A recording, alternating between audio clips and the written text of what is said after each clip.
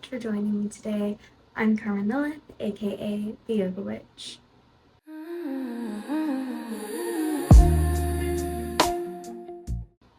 So in today's video, we are going to be discussing the Buck Moon in Aquarius. And this is just going to be a witch's guide to this moon's themes and correspondences. So without further ado, pour yourself a cup of tea, cozy up, and follow me into the portal. Just as buck antlers begin to regrow around this time of year, you too are being called to step forward fully into your power. Many people in the collective right now are experiencing what may feel like they are stuck or paused, but the reality is that they are standing at a crossroads between the identity they have shed and being fully embodied in authenticity. This moon is a time of becoming. Many of you may feel a newfound connection to authenticity, but are still struggling to show up as that in certain groups and communities. This lunation is deeply calling for community. And asks us if we are showing up in our community as our true authentic selves. The Buck Moon reminds you that a community that only rewards your performance and does not truly value your true being is a community that's no longer serving you. With that being said, be mindful not to ghost loved ones during this emotionally cold and somewhat volatile lunation. You'll never know whether or not someone will truly accept you unless you give them the time to see and get to know you. With Mercury in Cancer finally going direct, miscommunications are being cleared up, so deliver your truth with confidence and self-compassion. So, what is the meaning behind the Buck Moon? This moon gets its name from the male deer or bucks that regrow their antlers this time of year. It serves as a reminder that after shedding the old, you can grow something even stronger and better. The new antlers are not just a source of renewal, they are also a blossoming crown, giving physical shape to the journey of your growth. It is a reminder to crown yourself and fully reckon with and accept your personal power. This crown also leads to the strengthening of the crown chakra on both a personal and collective level. As a womb priestess and mother who has embarked on the journey of childbirth before, I can't help but relate this crowning to the crowning during labor and delivery. Crowning occurs when the head or crown of the baby is becoming visible, and this is usually the time when doulas and midwives will guide the mother through slowing down, pausing, taking a break from pushing, and taking a few deep breaths in order to prepare mind, body, and spirits for that final sprint. This also allows the tissues to soften and gently stretch to open up as the mother gathers her strength for the delivery. Just as a doula or a midwife guides the mother through this sacred pause, as priestesses and those of us devoted to the goddess must be the midwives and the doulas of Mother Earth during her rebirth.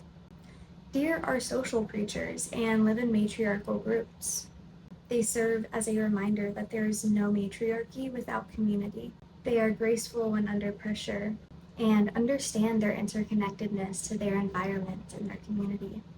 They remind you to embrace your sensitivity and openness as your greatest strengths. For in that sensitivity and openness is opportunity and harmony. Here there is the possibility for rapid growth on both a personal and collective level. So let's get some of the astrology affecting this moon. The cosmos are brewing up a whole lot at the moment, and we will start with Barbeau's basket, also known as the 4444 alignment. From July 19th to July 22nd, an extremely rare alignment involving 4 outer planets reaching the 4th degree in 4 different signs. And this alignment is occurring for the first time in recorded history. This alignment creates somewhat of a cradle shape, and so it is now referred to as Barbeau's basket, after the French astrologer André Barbeau, who originally predicted this alignment for July of 2026. This alignment contains fully air and fire signs, with Jupiter 4 degrees Leo, Uranus 4 degrees Gemini, Neptune 4 degrees Aries, and Pluto 4 degrees Aquarius.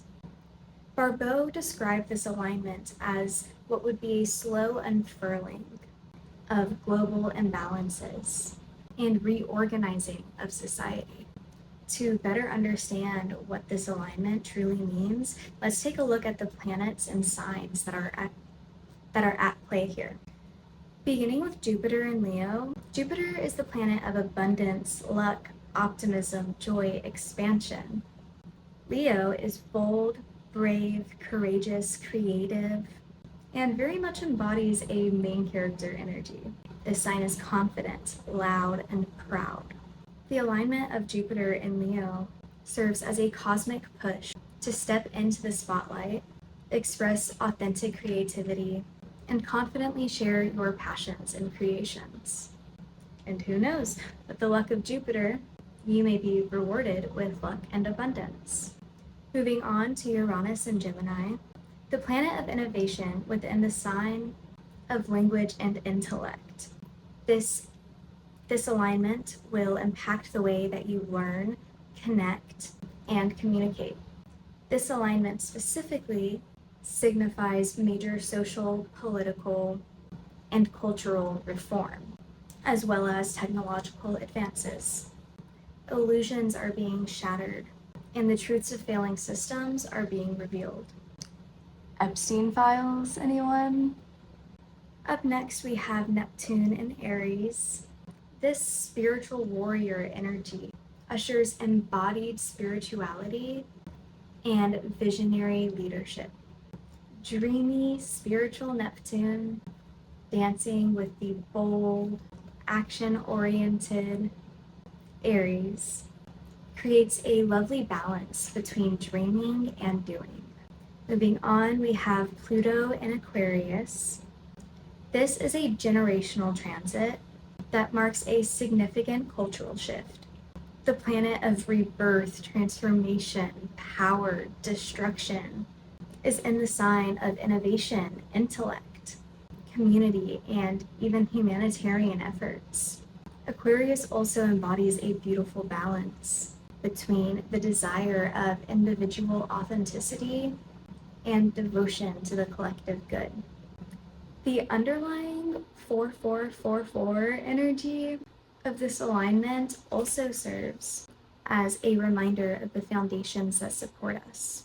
Overall, this alignment of Barbeau's basket is a rare generational turning point for the existing systems, technology, and beliefs. Moving on to July 22nd, we have the Sun entering Leo. This strong, courageous, confident lion energy. As the Sun moves into this energy, it is joining Jupiter here in Leo. This is a powerful moment for your creativity and your sense of self. And most importantly, this alignment asks you to express yourself boldly and confidently. On July 23rd, we have Mercury going direct from its Cancer retrograde, or as Bestie Hannah and I call it, retrograde. This will help balance some volatile emotions, as well as clear up miscommunications. Now, on July 29th, the start of the show, the reason we're all here for this episode, the Aquarius Full Moon peaks, aligning closely with Jupiter and Pluto. This lunation illuminates the tightrope between your individual authenticity and your role in the evolution of upgrading the collective consciousness. as well as how you show up in community. So you'll notice through a lot of the transits we're talking about here, one of the main themes that keeps coming up is this balance between authenticity and community, which is a really big lesson at play for the collective right now. This is a time to release expectations that were put onto you by others and embrace your own uniqueness and your passions and curiosities. Break free from societal conditioning. Release old habits that don't align with your true self, and confidently share your unique ideas, creations, and perspectives. Cool, logical Aquarius tends to view emotions somewhat objectively and asks you to take a step back and view the full picture to fully understand any cycles or patterns that might be at play. There is also a healthy amount of detachment suggested by Aquarius. Just don't let it slip too far to the point of apathy. Ask questions and practice curiosity before succumbing to complacency. Aquarius is traditionally ruled by Saturn, the great teacher, and Uranus. Blending and balancing the energies of structure and disruption. While the moon is conjunct with Pluto in Aquarius, light is being shown on the shadows of society, while allowing us to notice and work through the ways we have internalized oppressive systems and harmed our internal dialogue. In order to release failing systems, we must build new ones to replace them. Prioritizing connection over performance. Editor's note, I meant to say modernly, Uranus. Community for a brighter future. That same day of this moon, on July 29th, Jupiter forms a conjunction with the Sun in Leo, sitting in the exact center of the Sun, creating a kazimi. The term kazimi comes from an Arabic phrase, kazmimi, meaning as if in the heart, alluding to the planet sitting in the heart of the Sun. The Jupiter kazimi occurs approximately once a year, amplifying the planet Jupiter's qualities including expansion, abundance, luck, wisdom, and optimism. With the kazimi occurring on the same day of the Aquarius Buck Moon, the cosmos gifts the collective with immense luck, especially surrounding visibility and opportunities. So if you haven't worked on healing your visibility wound yet, now is the time to do so. On August 9th, Mercury joins this party in Leo. This alignment brings a bold, confident, theatrical, authentic, and heart-centered approach to communication. This calls for creative problem-solving, playful engagement, as well as a bigger picture view, as Aquarius likes to ask of us. In this full moon, we also see what is known as the Leo-Aquarius axis, with the Sun sitting in Leo, perfectly opposing the Moon sitting in Aquarius. There's somewhat of a cosmic tug of war between personal ego and collective needs. Although both of these signs relate to the exploration of both creativity and identity, Leo focuses on an individual identity, while Aquarius focuses on identity in relation to community and collective purpose. This calls for a shedding of obligation in order to embrace purpose fully and authentically, gathering with the community to merge and blend individual creative ideas into a collaborative project leads to innovative progress. This axis is not asking you to make a decision between authentic identity and your higher purpose, but instead to balance and even merge and marry these two concepts together. Remember to lean on your community during this time and allow your community to lean back on you. Creative collaboration heals the collective. Now that we've laid the groundwork of all of the cosmic brewings and happenings, let's get into some of the Buck Moon correspondences. First up, we have elements, which we will start off with Vata, which is the combination of air and space, otherwise known as ether or spirit. Air is the element of Aquarius, intellectual, creative, curious, adaptable. Ether is also associated with Jupiter, which plays a big role in current astrological happenings. This dosha is often also associated with the crown Sahasrara chakra. Next up, we have Pitta, which is the combination of fire and water. Fire is associated with Jupiter, the sun, Leo. It is bright, bold, expansive, passionate. It also alchemizes and transforms, similarly to Pluto. Aquarius is also known as the water bearer in astrology. The water element is aligned with collective healing and shared emotion. Up next, we have the crystals. First up is amethyst, balance between intellect, intuition, psychic dreams and gifts, as well as manifesting big and bold dreams. Rainbow moonstone for hope, intuition, crown chakra, and possibility. Fluorite for transformation, magic, trusting the process, and perspective shifts. Labradorite for inspiration and vision, and sodalite for authentic truth, expression, and logic. Moving on to the herbs, thyme for courage, strength, and overcoming fatigue and brain fog. Peppermint sharpens mental focus and is also often used in healing spells. Lavender calms and soothes rebellious and scattered Aquarius. And rosemary for purification, protection, and clarity. As for the colors, blue for throat chakra, communication, truth, expression. Indigo for brow chakra, dissolving illusions, wisdom, intuition. Violet for the crown chakra, cosmic awareness, divine wisdom, inner knowing, creative thought. Silver for the sacred feminine and its lunar connection, the natural cycles within nature, as well as reflection. Black for protection, strength, the creative void, primordial waters, and the darkness of the womb.